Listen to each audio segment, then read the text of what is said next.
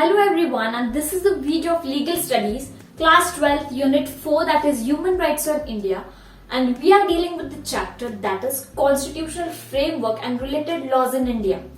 I'll just give you a small tip. This is the most basic and the important chapter for your general knowledge as well and for your future as well. So, do listen to it carefully and study it carefully. The foundation of human rights is embedded in the Constitution of India. The following parts are, what are the parts in the Constitution? First is the preamble. Second is part 3, the fundamental rights provision. The third is the part 4, that is directive principles, and the fourth is part 4a, that is about the fundamental duties. In Constitution, as there are rights, we have the citizens, the duties to follow. So let's discuss each one of them in detail. So let's begin with the first, that is the preamble. If you want, you can write down the bullet points as well. By listening to the word preamble, you know what do I remember? When I was in school, when there were school days, we used to say the preamble in our assembly. See, what does it consist of and what the words are important in the preamble? The Constitution of India begins with the preamble affirming its aims, objectives and the guiding principles. Preamble is a basic structure of the Constitution with the terms justice, social, economic and political, liberty of thought, expression, belief, faith and worship, equality of the status and of opportunity and to promote among them all, fraternity assuring the dignity of the individual and the unity and the integrity of the nation. The preamble secures many human rights which are further explained in the various provisions of the constitutions. So, wasting no time, let's move with the second part, that is the fundamental rights. Now you all must be thinking, just now we learn about human rights. Now what are the fundamental rights? See guys, there is a thin line difference between the fundamental rights and the human rights, but fundamental rights are basically human rights. In Indian Constitution, the fundamental rights are mentioned in the part 3 and articles from 12 to 35. Major feature of the fundamental rights. How are the fundamental rights important? What are the basic features? So, they are enforceable by the higher courts in India. Secondly, Article 32 provides the rights to the aggrieved ones whose fundamental rights have been violated or denied to the petition the Supreme Court for the enforcement of the fundamental rights. The next comes is the Article 13, which evaluates the authority of the fundamental rights. It ensures that the state or the other competent authority do not make laws including the ordinances, orders, bylaws, rules, regulations, notification, customs or usages that contradicts or takes away or breaches the fundamental rights. Fundamental rights are mostly enforceable against the state and in some cases against the private persons. An example of the former is the right to freedom of speech or expression. For the latter, it's for prohibition of the employment of children below the age of 14 years in factories, mines and in places of hazardous activities. The term state includes the government, parliament, state legislature, district boards, panchayat, municipalities and other authorities of the organizations that are an instrument or agency of the state like the Indian Oil Limited, Karnataka State Road Transportation Authority, Delhi Jail Board and so on. Fundamental rights which are mentioned in the part 3 of the Indian Constitution, they are categorized as under. Now what are the fundamental rights? So first right comes as right to equality, that is Article 14 to Article 18.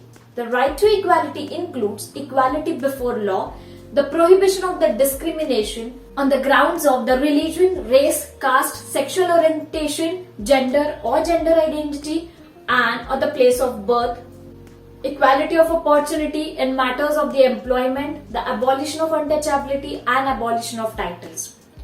The next is right to freedom. It is from Article 19 to 22. The right to freedom, it includes freedom of speech and expression, assembly, association or union or cooperatives, the movement, residence and right to practice any profession or occupation.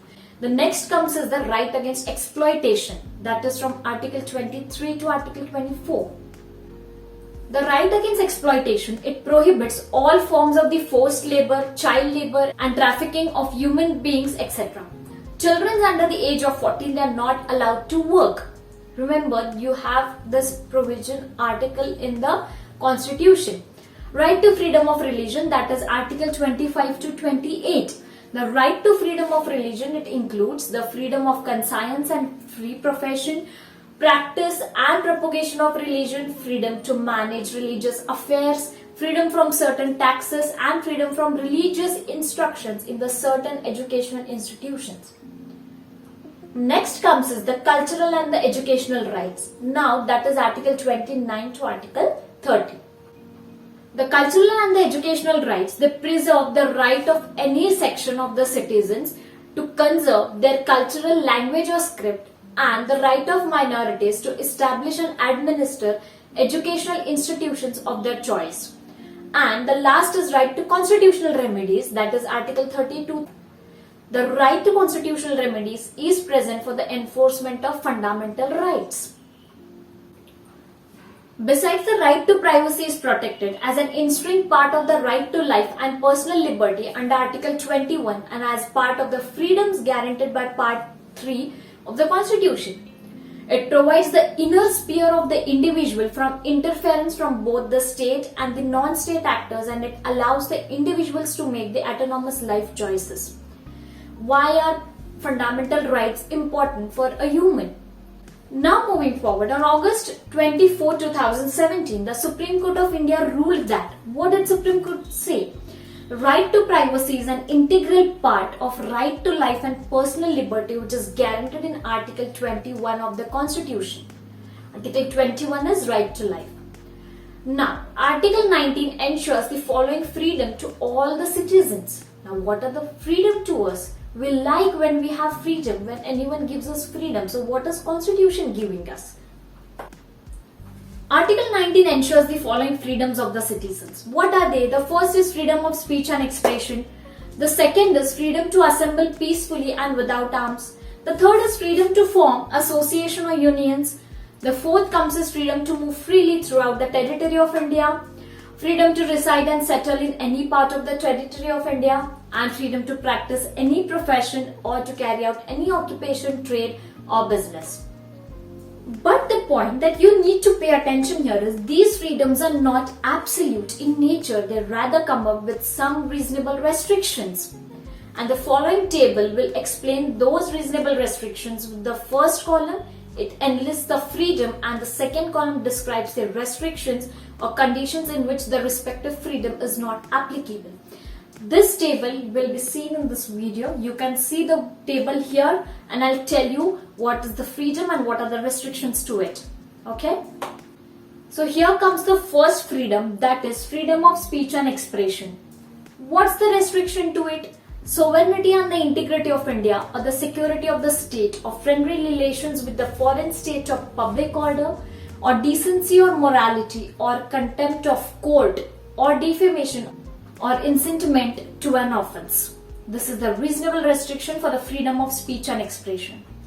Second is the freedom to assemble peacefully and without arms. What is the restriction? Sovereignty and integrity of India or public order. The third comes is freedom to form association or unions. What's the reasonable restriction to it? Sovereignty and integrity of India or public order or morality. The next is about the freedom to move freely throughout the territory of India and freedom to reside and settle in any part of territory of India.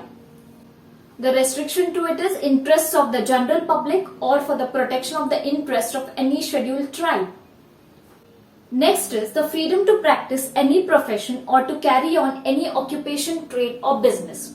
This is interest of the general public or the state which has prescribed professional or technical qualifications or state-run trade, business, industry or service which excludes participation of citizens or others either completely or partially.